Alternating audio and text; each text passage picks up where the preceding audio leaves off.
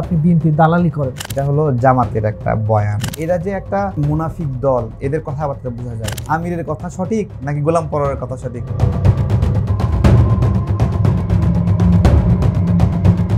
বিভিন্ন সময় বলা হয় যে আপনি বিএনপির দালালি করেন, আপনি বিএনপির পক্ষে বলেন, অন্য দলের বিপক্ষে বলেন। এইটা কি মানে আসলেই করেন নাকি? না, আমি এটা আবারও বলছি, এটা হলো জামাতের একটা বয়ান, জামাতের কথা। তারা আমার অন্য কোনো ত্রুটি খুঁজে না পেয়ে আমার সাথে যুক্তি যখন পেরে ওঠে না, তখন তারা এই ধরনের বয়ানগুলো দেয়। বিএনপির সাথে তো জামাতও বন্ধু ছিল। যখন বিএনপির সাথে তাদের বন্ধুত্ব ছিল তখন কি তারা দালাল ছিল? যখন জামাতের জাতীয় পার্টির সাথে বন্ধুত্ব ছিল তখন কি তারা দালাল ছিল? যখন আওয়ামী লীগের সাথে বন্ধুত্ব ছিল তারা কি দালাল ছিল? তারা তো খুব করে বলে জাতীয় পার্টি রয়ের এজেন্ট, আওয়ামী লীগ রয়ের এজেন্ট।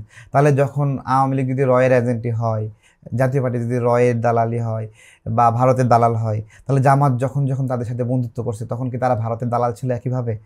ঠিক আছে। তো এই বিষয়গুলো মানে জামাত যেন হিসাব করে কথা বলে। জামাতের নিজেরই তো ঠিক নাই। এই বাংলাদেশের অনেক মানুষ সুদকে হারাম মনে করে। হারাম মনে করে না? হারাম মনে করে কিনা? তাহলে যেই মানুষগুলো সুদকে হারাম মনে করে তারা ব্যাংকিং লেনদেন করে না, ব্যাংকে টাকা রাখে না, নিজের মতো করে জমি কিনে রাখে, গোল্ড কিনে রাখে বা একটা ব্যবস্থাপনা তারা অভ্যস্ত। জামাত ওই মানুষগুলোকেও সুদে আকৃষ্ট করে। কি বলে যে আমাদের ব্যাংকটা হলো হালাল ব্যাংক, ইসলামী ব্যাংক, হালাল ব্যাংক। এবং সেই যে নাগরিকরা যারা সুদকে অ্যাভয়েড করে, আল্লাহকে ভয় করে, যে এভাবে একটা সূরা বাকারার একটা ইয়ে আছে যে যে সুদ তোমরা দিয়ে থাকো যাতে মানুষের সম্পদের সাথে মিশে তা বেড়ে যায়, আল্লাহর কাছে তা বাড়ে না। অর্থাৎ সুদকে বিভিন্নভাবে মানে হলো না বলা হয়েছে ইসলামে। সেই সুদ ভিত্তিক দেখেন বাংলাদেশের আওয়ামী লীগ, তারা কি এই সুদের ব্যবসা করে? ভালো করে বোঝেন, তাদের নিজস্ব সুদ ব্যবস্থাপনার কোনো ব্যাংকিং আছে? বা বিএনপি, স্পেশালভাবে বিএনপির সুদ ব্যবস্থাপনার কোনো ব্যাংকিং আছে? কিন্তু জামাত কিন্তু খুব মানে হালাল ট্যাগ দিয়ে এই সুদের ব্যবসাটা স্ট্রংলি করছে এবং তারা বলছে এটা হালাল এবং তারা ওই নাগরিকদেরকে তাদের দিকে আকৃষ্ট করছে যারা সুদকে হারাম মনে করে, তাদেরকে বুঝাচ্ছে যে তারা ব্যাংকে টাকা বিনিয়োগ করে না, ব্যাংকে রাখে না, তাদেরকে বোঝাচ্ছে যে ইসলামী ব্যাংকের সুদটা আসলে সহনীয় সুদ, এটা হলো হালাল সুদ এবং এটা আপনারা খেতে পারেন, এটার প্রফিট আপনারা নিতে পারেন।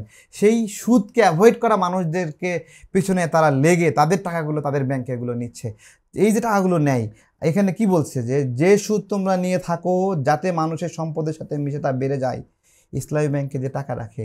কিন্তু জামায়াতের সেক্রেটারি গোলাম পরোয়ার বলেছেন যে জামায়াতের সঙ্গে ইসলামী ব্যাংকের কোনো সম্পর্ক নেই। জামাতের এটাই তো, এরা যে একটা পুরো একটা মুনাফিক দল, এদের কথাবার্তা বোঝা যায়। জামাতে ইসলামের গোলাম পরোয়ার বলতেছে ইসলামী ব্যাংকের সাথে তাদের সম্পর্ক নাই, আর আবার আমির বলতেছে যে জামাতে ইসলামী ব্যাংক তাদেরই ছিল, তাদের কোলে আবার ফিরে এসেছে, বলছে না? তাহলে কোনটা সঠিক? আমিরের কথা সঠিক নাকি গোলাম পরোয়ারের কথা সঠিক?